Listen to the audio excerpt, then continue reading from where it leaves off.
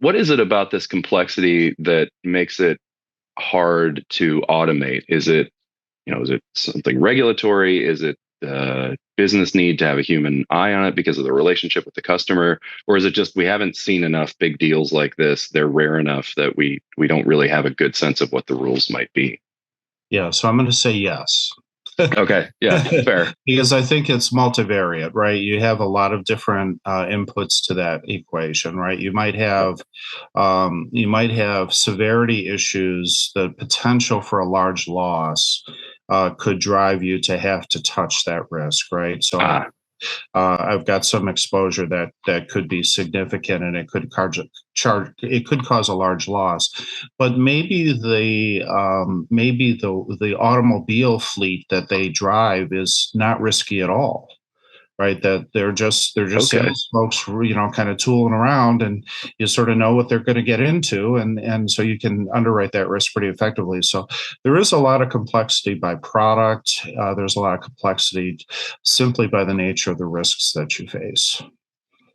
Interesting. Would you say that there are certain products that are let me ask this two ways. Historically have been ripe for sort of automation, and then what do you think is the next one that's going to be taken off the wall? Yeah, certainly that's true. There are certain products that are a little easier to underwrite. Auto tends to be that way, though. There's a complexity there that is pretty astounding at times.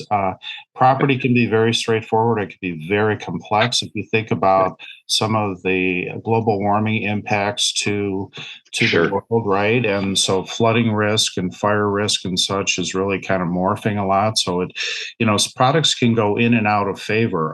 Cyber liability is one. For the longest time, who really worried so much about cyber liability? But now every company is, think about Amazon getting shut down because of Oh yeah. of Yeah. it getting hacked. It would be a huge, huge issue. So, and Yeah, the even LastPass just got hacked, yeah, right? yeah, yeah, Like yeah. crazy.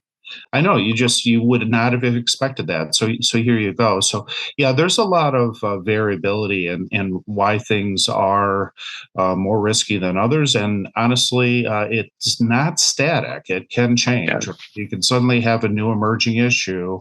I will hazard that batteries in electric cars may end up being something that people start to be concerned about because containing fires and things like that. And honestly, that's never been a concern because we just haven't had it before, that Yeah. type of thing.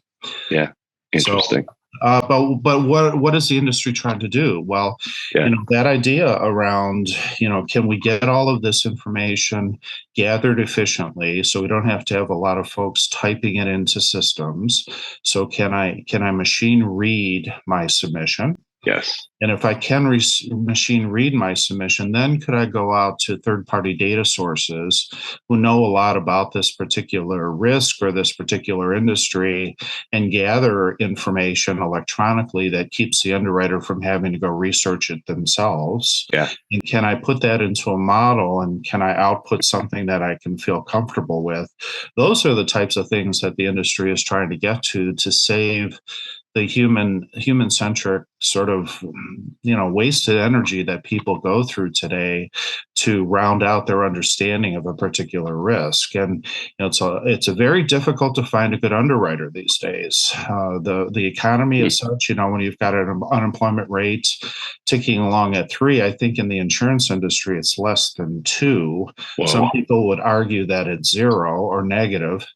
Yeah. That it's very, very difficult to get a good underwriter. And oh, by the way, teach them everything about your archaic legacy systems that they need to know, which is a very difficult thing. So getting to a point where you can leverage the technology is really a big deal. Yeah. That's interesting.